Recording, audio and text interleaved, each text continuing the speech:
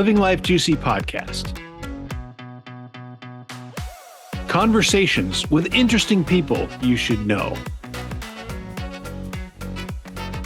Welcome to Living Life Juicy, the podcast where we explore how we can be present and kind as we do great things. I'm your host and guide, John Losey.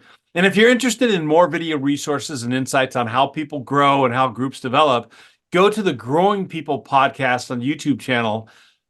This is all part of the Into Wisdom group, and you can check that out at intowisdomgroup.com. If you're into, one of the things I really believe in is professional development for everybody. And so if you want to support that movement, then you can go to the Patreon, which is John Losey Guided Practice Group. I think you can find it, I'm sure. Well, I'm happy to say that today's guest is Lauren Spangler, a painter, musician, creativity coach, and she's serving clients in the United States and Canada. Lauren specializes in helping people unblock creativity and guiding artists towards finding balance, inspiration, and fulfillment. I'm excited to learn more about Lauren and what she does. So right now, welcome, Lauren. I'm excited for this conversation. Me too, John. It's a treat to be here. Thank you so much for having me. Great. So let's start off with what do you like? How do you describe what you do? Let's pretend we're at a nice little happy hour cocktail party, and somebody says, Lauren, so what do you do? How do you tell them? How do you explain it? Well, I'm a creativity coach, and what that means is I help people who want to bring their gifts and skills and talents to bear in a bigger way in the world, and who might have an idea for a big project they'd like to undertake. It might be painting a new collection or writing a book or starting a podcast. But they're feeling blocked or stuck or trapped in their day job, and they don't know how to move forward. So I help them close that gap between this big vision that they have and sort of the tangible daily reality that they're living, and help them move toward those goals. I'm also a painter, musician, writer, and a mom of two. So the other thing I do every day is dodge Legos on the floor, build trains, roar like a dinosaur to get my kids in the bath, all those good parenting things. Oh, yeah. Yeah. And just dive right into it here. I want to know more about what is creativity to you? How do you define creativity? To me, creativity is just making something that wasn't there before. Anything, right? So it can be traditional, like when we think about traditional creative fields like painting and music and writing, etc. Or it could be making a cake, or it could be putting together an outfit, or it could be building a conversation. You and I are creating a conversation right now. Steve Jobs describes it as just connecting things, right? I think that's true. I think we can make something new, even if it's just creating a connection between two things that existed before. Yeah. I've heard somebody say creativity is connecting old things in new ways and new things in old ways. Well said. Absolutely. And I'm curious as to is it different working with people who are in more of the traditional fine arts versus people who are like outside the fine arts, more with like in the business world or things like that? How is it different dealing with people who see themselves as creative and people who are seeking to become creative? I think the biggest difference comes down to identity. Those who are involved in the traditional creative arts often have this title that they carry with them. I am an artist. I am a musician, whatever it is. And sometimes that title can be empowering because it lets them own their talent and their skill in a really beautiful way. Other times it can be a heavy mantle to bear, and it can kind of trip them up and weigh them down a little bit with this expectation or pressure, what it means to like be a creative, like capital C creative, right? I think you're hinting at something really totally true and beautiful, which is that like everybody is creative in their own ways. And creativity plays out in a million different ways across different fields and disciplines. And so most of the people I work with are in those more sort of traditional artist fields. And I think a lot of the work we do there is like, what does it mean to be an artist? What does it mean to devote your life to creativity? How do you know if you're doing it right? And all those really hard questions that keep us up at night. Yeah. So I know like the people, my dozens of followers out there. Hi, everybody. Are a mix between people who are active and like professional creators. They get paid for what they do. Another big group is actively creative, but they don't get paid for their creativity. They get paid for working with people and interacting with people. And then I've got the business people out there that are going, oh, those creatives, they just waste money. When really they're actively creative as well in a very different way. So the people who are hearing this all are hearing creativity with different ears. Yeah. And I'm curious about like, what is your biggest encouragement for the people who are like, they are seeking to be paid? Because I know not all of them are paid, but seeking to be paid for their creative endeavors. I think we have to deconstruct what it means to be a legitimate creator. Um, I think there's a piece of it where every creator who has ever striven, strived, whatever the past tense of that verb is, to be a creator has sort of had this moment where they're waiting for someone to kind of come with the magic wand of legitimacy and tap them on the head and say, like, you are valid and what you're doing matters. And until we're receiving a certain amount of financial recognition for our work, it's really hard to feel that legitimacy. But I think my biggest encouragement would be to dismantle this concept around whether you deserve to make what you're making based upon whether or not it's lucrative. And when we look at how we are supporting ourselves in our work, to be a little more creative with it. Like, I mean, I think the statistics are not pretty, right? The stats are not good. I think the last study I saw said that 75% of US artists make less than $10,000 a year from their art. Nearly half, like 48%, make less than $5,000 a year from their art. And the stats are similar in the UK. Is the point here to avoid trying to make a living with our work? No. But I do think we have to be a little more creative about how we think about bringing our full set of gifts and talents and knowledge and expertise to bear when deciding how we're going to support ourselves and our work. And so if someone's in that middle ground where they want to be an artist or a creator who's making big impact in the world with their art, and they are also funding their own runway with a day job that uses other skills that they have, I would encourage them not to let that tarnish their own sense of worth as an artist or a creator, and just to celebrate the fact that they have this full set of skills for which they can be compensated, and like let it support them, right? Yeah, and I think it's so true in a lot of different ways that if you are creating art for income, it fundamentally changes how you go about your art. And, you know, there's a lot of artists who really want to do their own original work, and they're doing graphic arts jobs. They're doing work for hire and all that kind of stuff. And it just changes the way you look at what you do. And there's some people that don't want to tarnish their art by, you know, they'll do their accounting job and then do their art at home, and if they get paid for it, great. But it's about the creation, not necessarily the income to start with. And I Yes. got nothing against artists that are making a lot of money, but I think there's a lot of people who are, well, it's like writers. So I've written a few books, and I understand that I'm not going to make my living off of books. I'm actually not even going to make my living off of speaking gigs.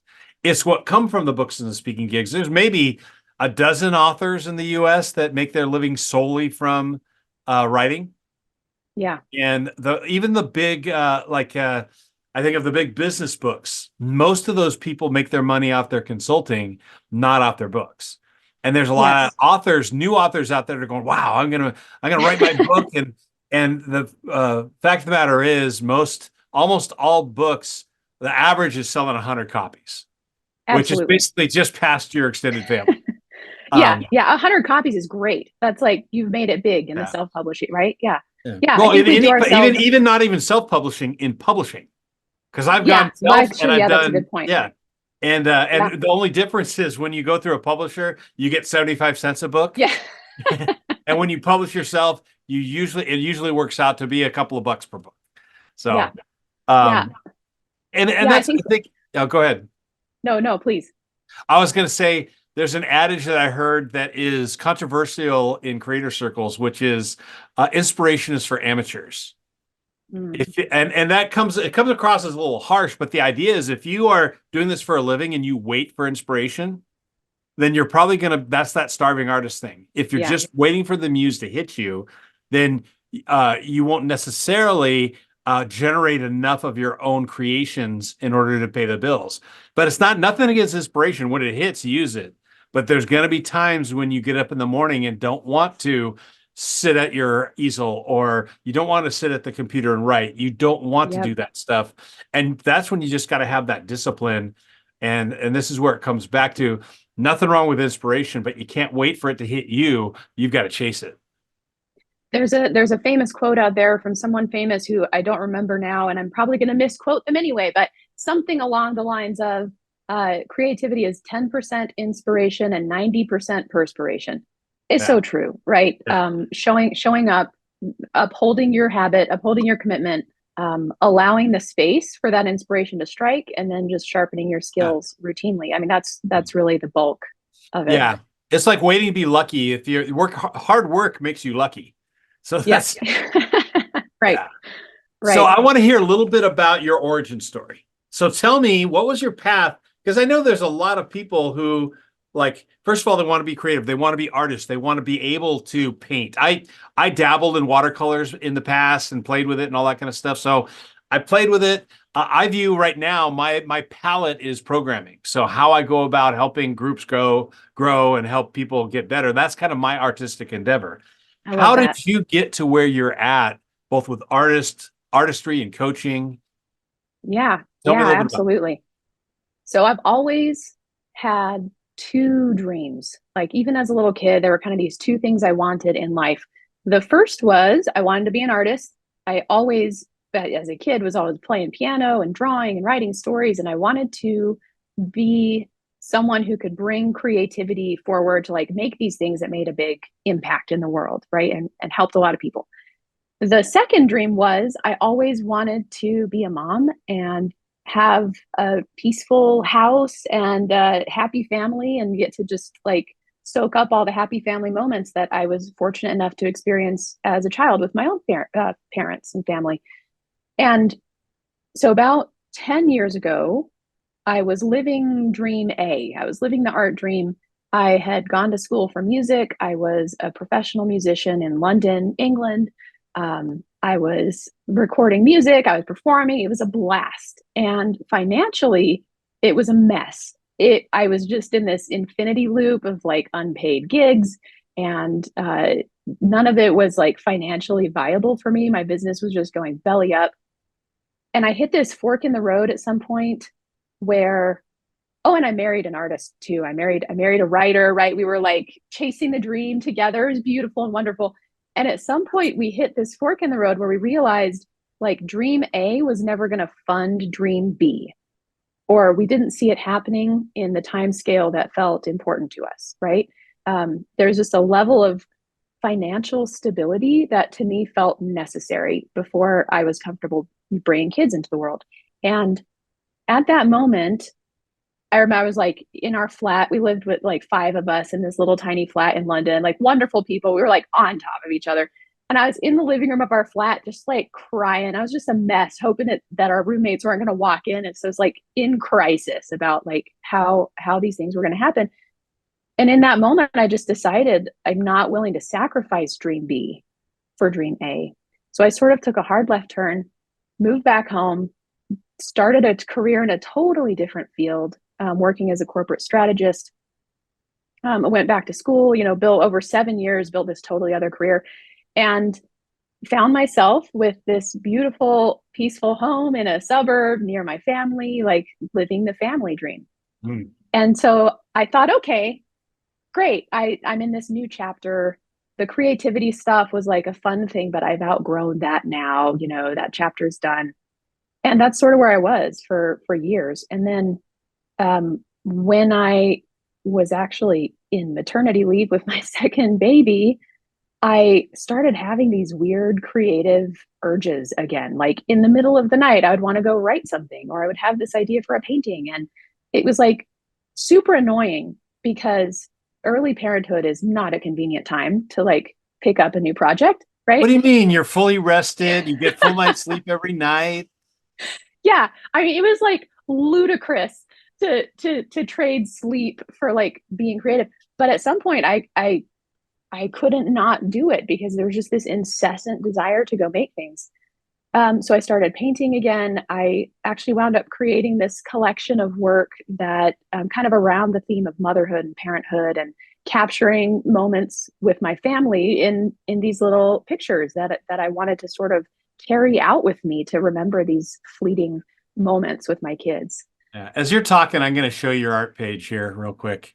So Oh, go thank ahead, you. keep going. This is the Yeah. website where you can see some of Lauren's work. But tell me more about that when you realized that you needed to that creative urge became so overwhelming. It sounds like you made some shifts when your kids were young. I did, yeah. So, all of these, all 50 of these pieces in this one collection were painted on maternity leave with my second baby. So I had, for many of these, it was like the middle of the night, and I was sketching out the concepts, or I had them, in a baby carrier on my chest with my toddler, like running circles around my chair. And my goal with this collection was just to capture these like tender moments with them. And so now when I look at that work, it's so much fun because um, they really are imbued with like my memories of the kids being tiny. And so for maternity leave, that worked fine.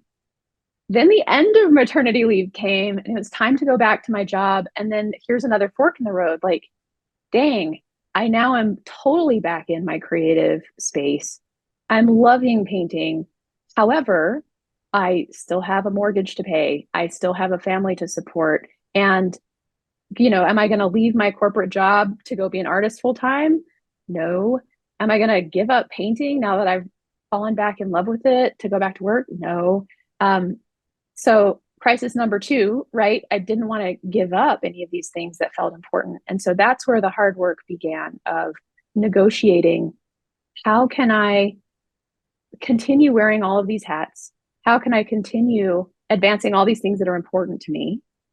How can I maintain this creative freedom and fulfillment and not sacrifice the financial stability? And so I was fortunate enough to work with a coach of my own who helped expand my thinking around what was possible and what I could actually have in my life and help me see that some of those things weren't at odds with each other.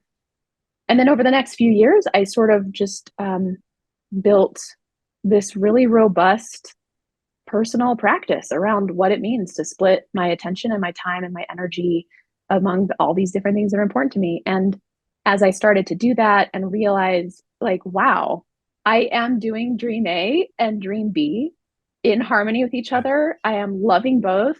It's just magic. It's not dream A and B, it's dream AB. Yes, exactly. It's the two things are intertwined. They are so connected now. The my family life and my artwork and the way that it all fits together, the integration of all of those things. They're now inseparable. It's just like the ecosystem of my life. And so um, that led to, as I was sharing my work and sharing my process, I had people start reaching out like, hey, um, you're a mom and you've got a day job and you have all this going on and then you're painting. Like, that doesn't make sense. How are you doing this? And so I would start to chat with people about, what it looked like in my life and kind of what, the techniques and strategies and tools like that enabled me to do those things. And I found out that there are a lot of people out there who have big dreams and visions and you need a little help figuring out how to make those things real. And so that began my coaching practice. And since then, I've gotten to connect with some absolutely phenomenal artists who make their life work in a variety of different ways. And it's just such an honor to help them. So I got a question for you about, okay, music. You went to school for music and then you were a professional musician. What instrument? I'm assuming keyboard someplace in there. Yeah, you see one in the background, don't you? Yeah. So piano, voice. I played flute for a while, but I was actually in school for music theory and composition. So I write a Okay. lot of my own music, and That was my first love and continues to be part of my life today for sure. Yeah, I've got my guitar back in the background here someplace, but Love it. Yeah, I've um, always wanted to play guitar. I have tried like 5 times to learn. I'll do it for long enough to get the calluses, and then I'll stop, and then yeah. I'll lose the calluses and have to start again, and it's just painful. But I think that music theory and piano works really well because it's laid out the Yeah, same way. Guitars aren't laid out the same way, but I wish I would have learned more music theory because once you understand how to translate it, it's so easy to figure out different chords and all that. But I yeah. never had that music theory background. It was like, oh, now this makes sense. It's kind of backing into it. My question is, you went from doing the music into a corporate strategy position, you said. Is that right? Yeah, well, actually, at first, I started at the bottom of the company I worked at and started as an office assistant Of course. because, health insurance became very attractive to me. And then over time, I worked and put myself through grad school and then pursued training, et cetera. And over several years, yeah, became a corporate Yeah. strategist. So tell me, how did your background in music, how does that play into how you think about strategy? Ooh, that's a great question. Music is a team sport in many, many senses. Even when I'm trying to create something totally on my own, where I'm like doing the composition and I'm recording the keyboard tracks and recording the vocals, like over time, I learned the hard way. I still need other people in the room. I need a producer. I need someone with ears other than mine. In ensembles or like in a choir or band or an orchestra, it's even more so. You have to get a team of people with a common goal pointed the same direction, and there's a lot of facilitation that plays into that. Um, I think in a corporate setting, it's easy to overlook the fact that it doesn't matter how beautiful your strategy document is. If all the stakeholders are not looking at it in the same way, right? If they're not facing the same direction, it's never going to work. Yeah. And so I would say the social pieces of what it's like to work as a team, what it's like to lead a group of people, what it's like to start with a vision, a desired outcome, and say, I want to record an album of music. There's a lot of moving pieces there, right? Hmm. That's a long process. You've got to get a lot of people in the room. Same on a corporate strategy, and to be able to drive that through and be the through line and keep people excited about what you're doing and cross the finish line. I mean, really, on some level, I'm just talking about project management. But I do think there's something there about the resonance and the harmony that has to be felt among a team of people building a strategy. Yeah. And you said a lot of really cool stuff there. The one that stands out is that it doesn't matter if your strategy document is immaculate and beautiful, but people aren't reading it the same way, it's a cacophony. Not gonna We had fly. Yep. we had if you've ever, there's a book called Maestro out there, and it's about this the conductors, classical music conductor who wrote about organizations. And we had him come in and do a big thing. We had about 600 leaders at a conference, and he did his thing, and it was amazing just watching him and how he related to not the orchestra and the audience, and that it's great picture if you are working in a situation where it's top-down leadership and you Mm-hmm. have a couple of first chairs and everybody else just kind of is in the background. So I got to Yeah. thinking there are some organizations that really need that. But then I watched Ken Burns' documentary on jazz, and I got to thinking, what if we thought of so a conductor is the one who sets the pace, everybody's watching the conductor, or they've practiced enough to know the conductor's pace. Mm-hmm. Jazz, everybody has the same understanding of the musical theory. They get together, and I think Wynton Marsalis said, I can go into a jazz bar anywhere in the country, sit down, and all we do is say 5 bar blues, got it. What key? Got it. Yeah. And they take off. It's Then incredible. everybody's playing. Somebody takes, and this I got from my own experience with bands where I was playing bass and just learned how. And the band looks at me and says, John, bass solo. And I just start playing a simple scale, and uh-huh. I stepped up and took the risk, and they all stepped in behind me and made it sound spectacular. I That's said those are awesome. two different ways of looking at how organizations can work.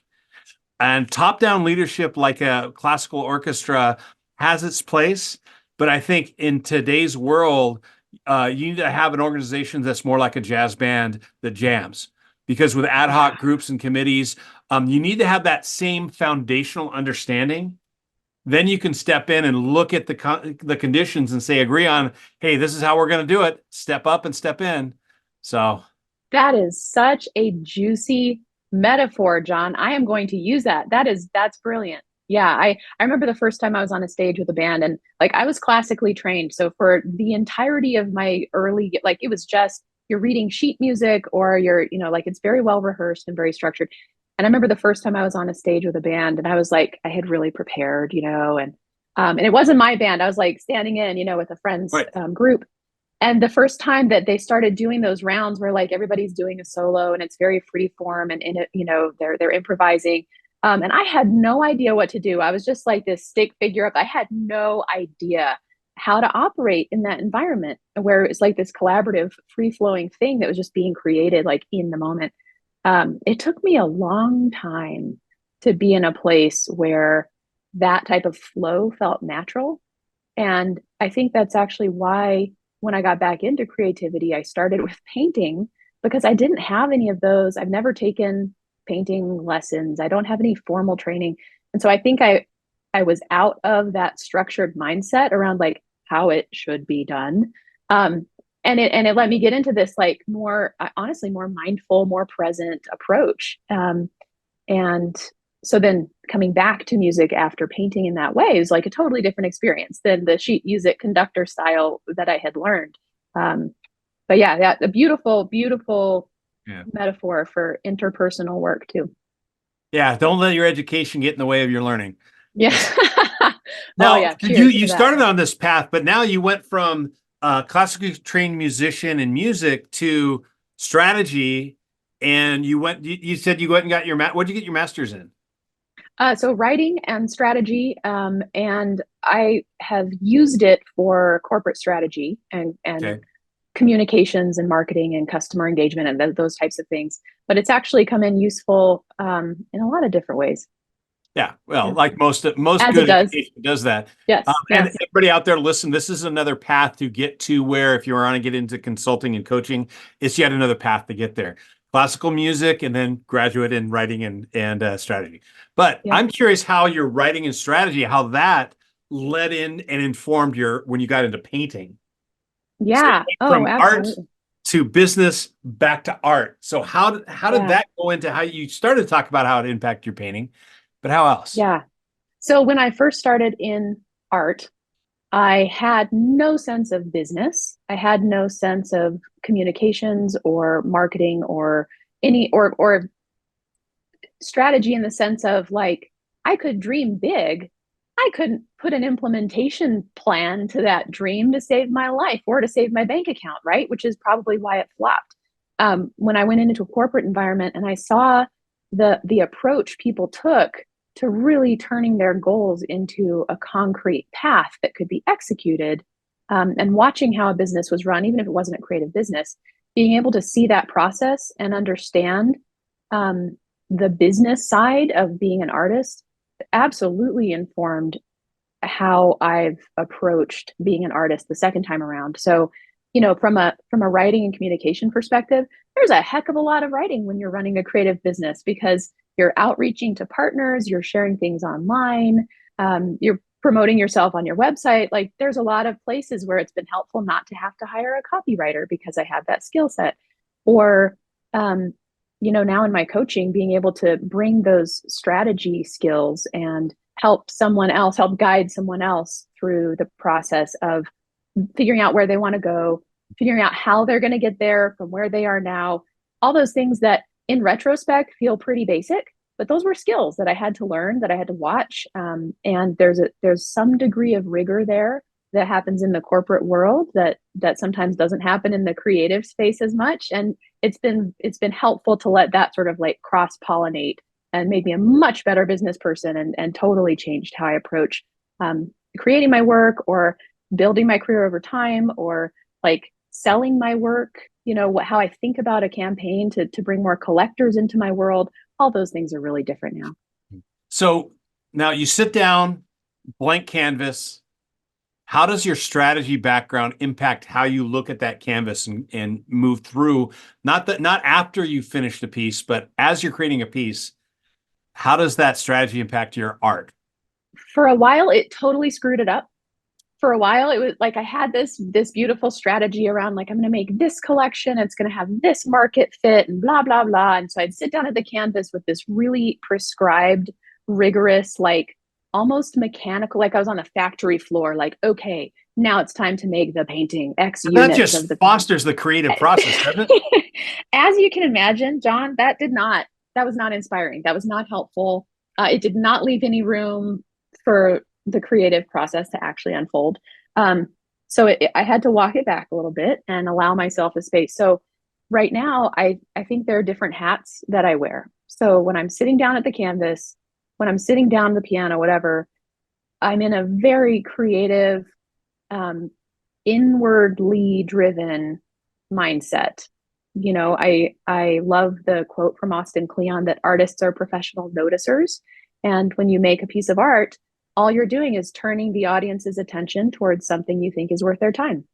And that never steers me wrong. Like if I sit down and go, okay, what do I want to draw people's attention to? What do I think is worth their time? Where do I want to put that little frame? And what do I want to focus on today? And then I have a lot of great ideas for what I want to do. When the work is done, I have to very consciously shift out of creator mode into business mode, whether I'm editing or promoting or whatever, and start thinking about the collection in a whole new way. It has to be separate for me. Yeah, and that was going to be my next question is when you're done, how does your strategy mode impact the other one? But you went there. A Yeah. couple of things. First of all, what you said about drawing attention. So in my coaching approach, framing is an important thing, and often coaches forget what framing means. It means putting a frame about what's supposed to be focused on. Mm-hmm. And too often we don't do that. We're just focused on everything and nothing gets done. And for me, it's a matter of most people will bring me a frame that's around a problem. Mm-hmm. And my first step is to turn that issue statement into a success statement. If this were what it should be, what would it look like?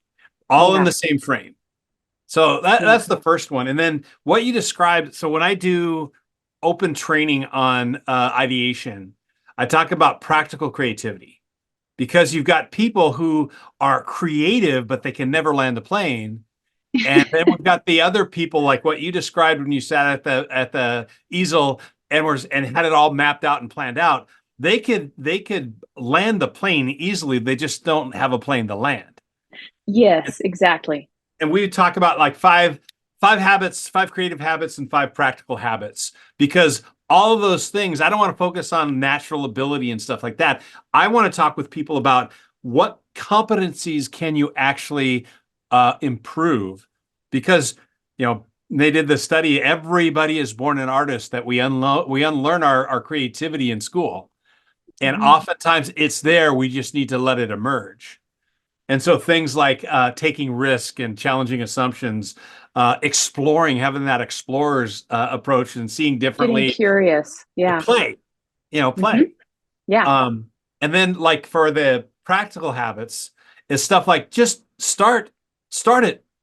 You're Yeah. never going to feel ready. So start the process, get it done. The resilience and having what I call a Yes. beginner's mentality. As I've worked with executives, the best ones that I work with walk into the room and assume there's something they don't know. Hmm. As opposed to the others who walk in and they look for the stuff that confirms their expertise.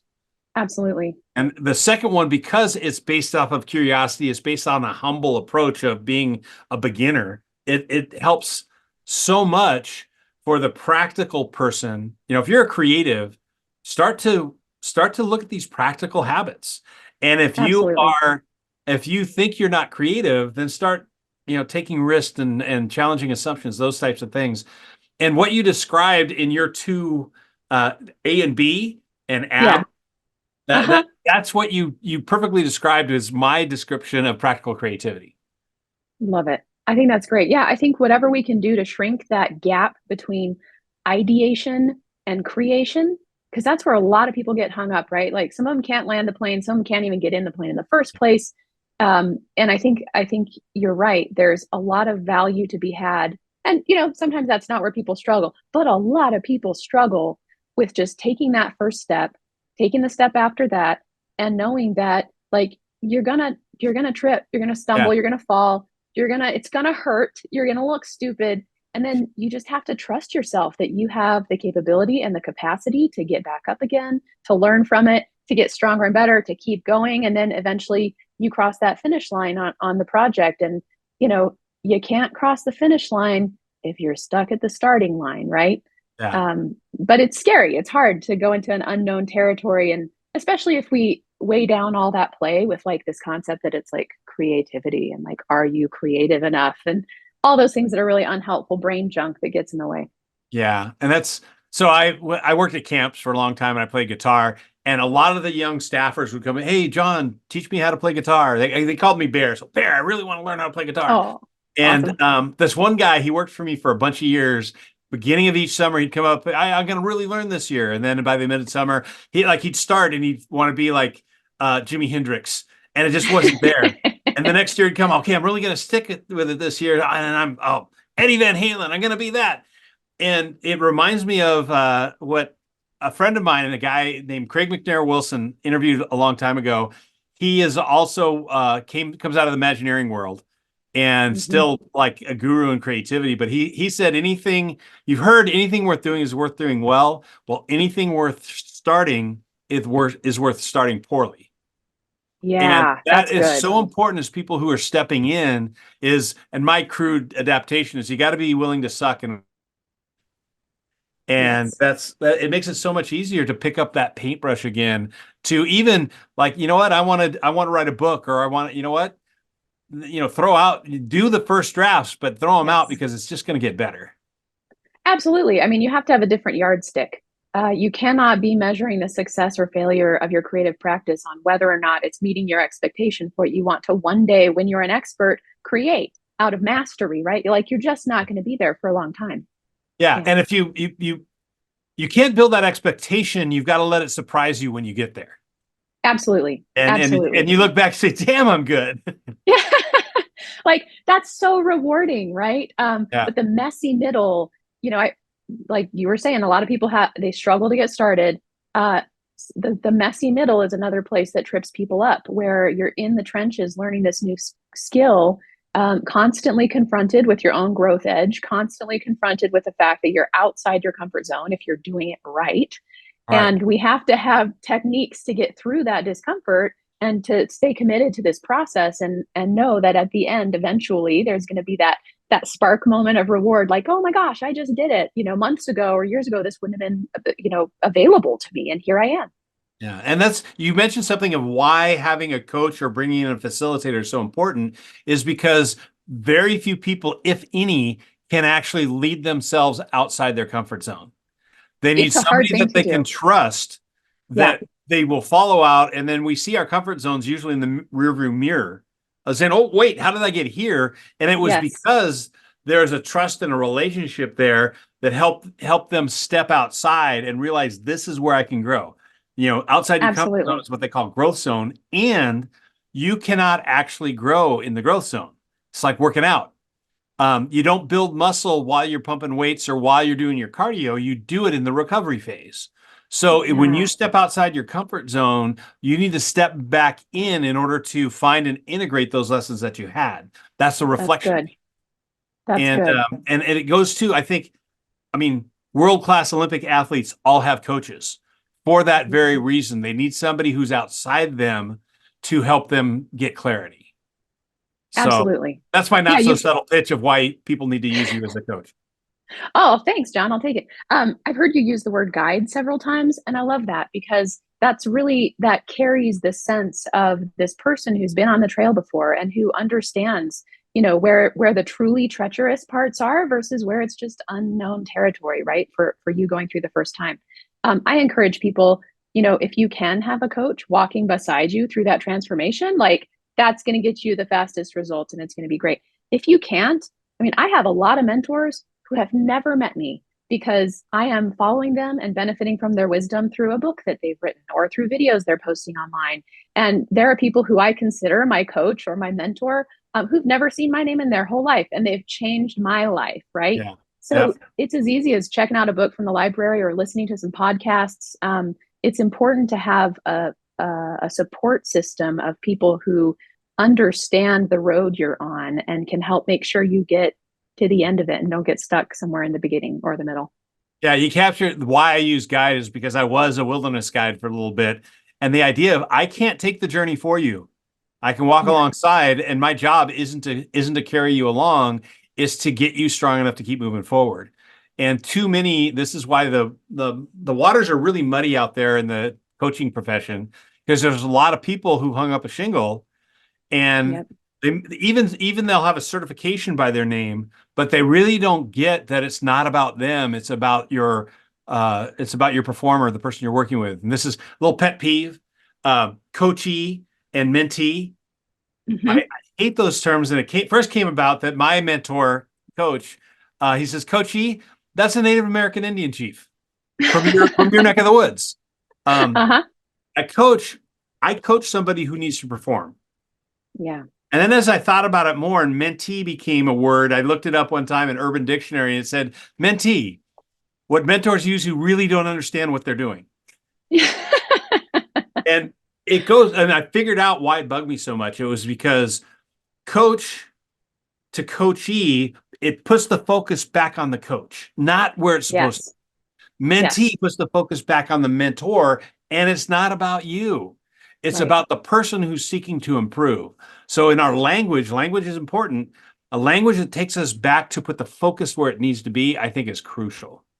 I agree. Yeah, that's wonderful. I had never put a finger on why coachee just always kind of was like nails on a chalkboard, but you're right. It doesn't honor the true spirit of the Yeah. relationship. Yeah. So it's to me, coaches work with performers because ultimately that's all you have control over is your performance. Hmm. And then mentors work with proteges because that's historically accurate. I'll adopt that too. I'll take your definition and use it. That's good. Well, be willing to fight with me on it too. But so I want to change pace here. We want to go to a lightning round. And what that means is I'm going to ask you a couple of questions, and it's just go with the first thing that comes in your head. I'm not asking you to sign a contract that means you have to live with that answer the rest of your life. Just first thing that comes to mind, put it out there, and we'll see where it goes. So you ready? Deal. I'm ready. Okay, here we go. What is your favorite book or media to give as a gift? Ooh, I give Madeline Miller's book Circe. Don't know if Okay. you've read it. It's fantastic. I love it. It's fiction. I usually read nonfiction, but when I read a fiction book that just pulls me in and I can't put it down, I usually recommend it to everyone I know. So what about that? What was the name of the book? Circe? It's called Circe. So it's about the character from Homer's Odyssey, the witch Circe. Okay, so this novel is told from her perspective, and I don't know. It's just deeply enchanting. It's about this character who's like, I think she's a demigod. So she's half god, half human. So she doesn't fit in with the gods, doesn't fit in with the humans. And she winds up being exiled to this island where, of course, later Odysseus comes in and finds her. And it's about how she makes meaning of that and how she kind of cultivates her happiness on this little island. And it sounds like it would be a really boring book. And it is slow. It is slow, but it sort of like slows me down while I read it. And it's a beautiful story of mindfulness and value and worth and how you build a life that you're happy with. And yeah, it's definitely worth a read. Well, thank you. Next question, and I used to ask people who are your heroes, but what I found is that that's really tough nowadays. So what I Yeah. asked and said, if you could assemble your hero from people in your life, what parts would you take from who? Oh, wow. What a great question. I would take the fearlessness and determination of my 5-year-old. I would take the playfulness of my 3-year-old.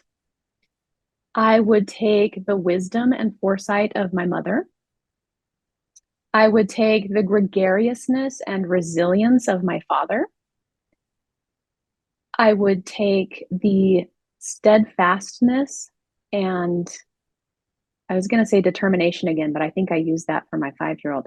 Um, No, your my husband 5-year-old, is one of, you use fearlessness, not determination. oh, fearlessness. Okay, so I would say the determination and steadfastness of my husband, and commitment and loyalty of my husband.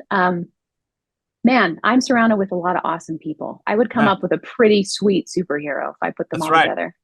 That's why I ask it, because it was funny. I've had to change that because I asked that question. I go, I don't really have a hero, Yeah, because they can't encapsulate everything into a single person. But when I ask about assemble one, man, most people get really energized about that because they get to yeah, point to the best parts of the people around them. yeah. It's what a great question. What a great question. And like it immediately brings to mind like all the best qualities of the people I care about. It's a very happiness inducing question. I love that, John. So, next question, and this comes from Adam Grant. He has a book called Think Again. And what the question I have, what is one thing that you have rethought or changed your mind about recently? What it means to be an artist. Okay. Tell me What it why. means What Yeah, what it changed? means to be valid. And for a really long time, I thought that to be a real artist meant that every dollar in the door came from your art. And that definition hung me up for a super long time. And as soon as I retired that definition and decided that being a real artist meant making art that was meaningful to me, making art that said something real, making it from within my real life, and making real decisions to uphold my Yeah. priorities and commitments while I made art, that was as real as it gets. And to make art within the reality that I'm living is being a real artist. And as soon as I did that, boy, I started making a lot more art. Well, and you've expanded the definition of what art is so more people can count themselves as Yes. artists. Yeah. Yes. I like that. That's very freeing. Last one. Who do you find yourself quoting most often? It could be an author, movie, a leader. What's your Austin go-to quote? Kleon. Austin Kleon. He's written so many amazing books. Steal Like an Artist, Keep Going, Show Your Work. This is one of my guides who doesn't know who I am. But man, if I could take anybody to dinner and pick their brain about creativity, it would be Austin Kleon. I think What that he just had, yeah, I was gonna say, what stands out? First one that comes to your mind about like something that he's written or said. I think, well, the quote I shared earlier about like artists or professional noticers, that was revolutionary for me. He talks about you don't have to be a genius, just join a genius, right? Just be where people are hanging out and talking about what you want to talk about and care about what you care about. And he has some really fresh perspectives about the fact that for the first time maybe in human history, like now the genius is divorced from geography. Like you and I are here having this awesome conversation about creativity. You're in California, I'm in New Mexico, and like we feel totally connected. Yeah. And that was also really encouraging because, you know, living in the middle of the country in like a quote unquote flyover state, right? It's hard to feel plugged in to these hubs of creativity and innovation happening on the coasts or wherever. And I've discovered in the last few years how very connected I can be with people all over the country or even in other countries, Canada and the UK and Australia. And he was the first one that made me question my assumption that I lived in an insignificant place and that would somehow like decrease my ability to be part of an important community. This is one of the key things that I think came from the lockdown, a blessing that a lot of people miss is that virtual connection isn't only possible, it's powerful. I agree. And I think maybe 3 or 4 days after we got word that everything was locked down, I started putting out there that I do virtual coffee breaks and virtual office hours. And I think one of the first ones I did that before the pandemic, but one of the first times after, I'm sitting there and I get a name I've never heard before. It happens to look, it was an Egyptian name. And Oh, I look up there, let the person in, and it's this guy who is Egyptian who is going to school in the Middle East, law school, and he was locked in his dorm. wow. And he was just saying, I need to talk to somebody. And we had about an Yeah. hour and a half conversation where he was, tell me about what America's really like. And I'm asking him, what's it like there? Wonderful conversation, all of a sudden global. Because Yeah. for him, it was like 2 a.m. Yeah. Oh That's yeah, time zones will always be a thorn in my side. But hey, yeah. it's a small price to pay. And as that went on, and I realized that there's people all over the world, I started to adjust my office hours to allow for that. And Hmm. so I'll do a couple of days a week where I start at 5:30 in the morning, and That's then the cool. other times I'll go till 7:30 at night, just so that my friends in Australia can get in touch. And we've That's also cool. done that on purpose when we do conferencing, is saying making sure that we deal with the time zone stuff, because everybody else, my friend in South Africa, or actually he's in Zambia now, he would join us, but it would always be at like 2, 3 in the morning. Yeah, And so that's we rough. started doing stuff at his time, and he would promote and get all of his people there. That's So awesome. wonderful thing. So you know what, Lauren, thank you so much for taking the time and for reaching out. Because otherwise, if you wouldn't have taken the initiative to say, "Hey, John, let's talk," this wouldn't have happened. So thank you very much, and I'm glad you joined us from that flyover state of beautiful New Mexico. It is Um, enchanting. If you ever land the plane here, it's worth a visit. It's a beautiful state, but a yeah, little and isn't that quieter on the maybe isn't that on the up the license coast. plate? Yeah, I Enchanting. think Land of Enchantment. We That's it. point to that a lot. Sure. Yeah. Yeah. So thanks No, thank you again. so much. Thank you for being open to it. Thank you for having me. It's been an absolute treat to chat with you, and I just really appreciate the opportunity. Be present and kind as you do great things.